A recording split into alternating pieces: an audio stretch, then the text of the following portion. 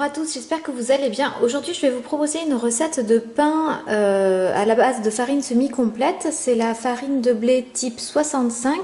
Moi, je l'ai prise chez Leclerc, donc c'est la marque Bio Village, mais vous en trouvez à peu près partout.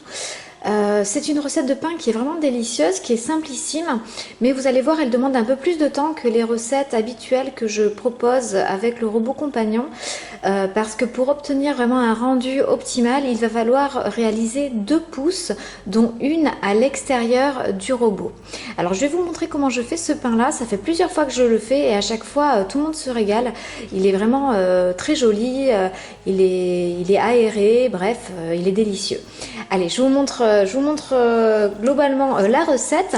Alors pour celle-ci, il vous faudra finalement assez peu d'ingrédients, si ce n'est de la farine, 400 g, un sachet de levure boulangère, ça c'est la base pour faire du pain évidemment. Vous pouvez prendre de la levure fraîche. Moi, comme ça se conserve pas super longtemps la levure fraîche, je préfère... Voilà, pour éviter le gaspillage alimentaire, je préfère quand même prendre de la levure déshydratée, du sel évidemment, 250 ml d'eau tiède à chaude mais pas brûlante, et puis le couteau pour pétrir concassé qui est le seul ustensile nécessaire pour réaliser ce pain. Allez, c'est parti avec la recette. Nous allons donc commencer par insérer l'ustensile nécessaire pour le pain, à savoir le couteau pour pétrir concassé. Et nous allons activer la levure en versant 250 ml d'eau chaude dans la cuve et un sachet de levure boulangère. Donc si vous avez plus de 500 g de farine, il faudra en mettre 2. Moi j'ai 400 g de farine, donc un sachet suffit.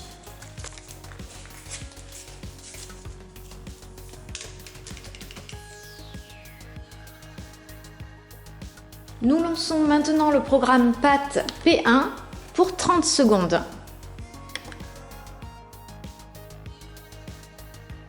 À l'issue des 30 secondes, nous allons ajouter les 400 g de farine 65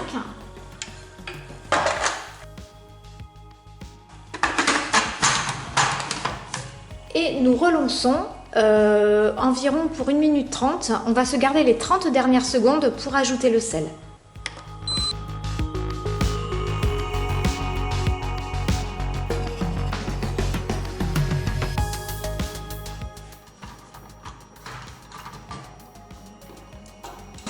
Lorsqu'il ne reste plus que 30 secondes environ, on ajoute l'équivalent d'une cuillère à café de sel.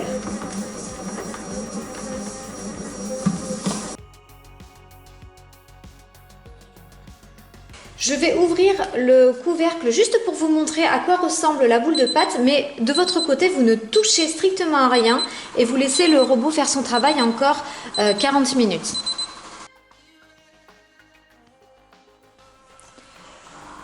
Vous pouvez retirer la lame à ce niveau-là puisque nous n'en aurons plus besoin et ça évite de se couper ensuite lorsque la pâte a levé.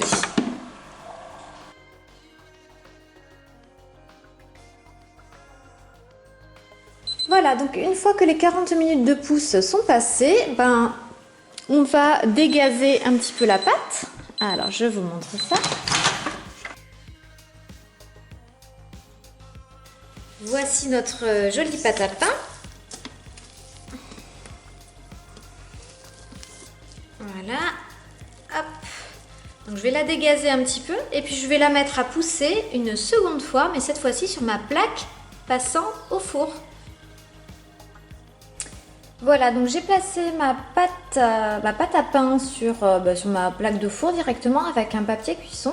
Et puis je vais la couvrir là et je vais la laisser pousser. Le temps qu'il faut, si vous pouvez la faire la veille au soir et puis la laisser pousser toute la nuit, ça c'est le mieux.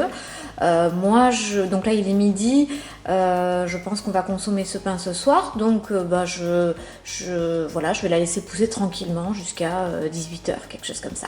Je vous montre ça tout à l'heure. Voilà comment ma boule de pâte à pain s'est bien étalée, elle a bien gonflé. Je vais peut-être la reprendre un petit peu pour reformer une miche un petit peu plus haute, je vais voir, et je vais surtout la fariner et entailler légèrement le dessus. Je vous montre ça tout à l'heure, juste avant qu'elle ne passe au four. Et voilà, donc j'ai reformé ma petite boule de pâte, j'ai fariné, j'ai fait mes petites entailles sur le dessus et je vais enfourner le tout dans un four chaud à 200 degrés.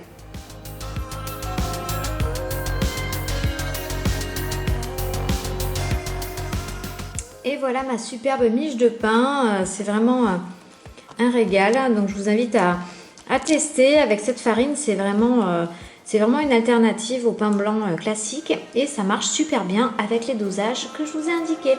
À très bientôt pour une nouvelle recette.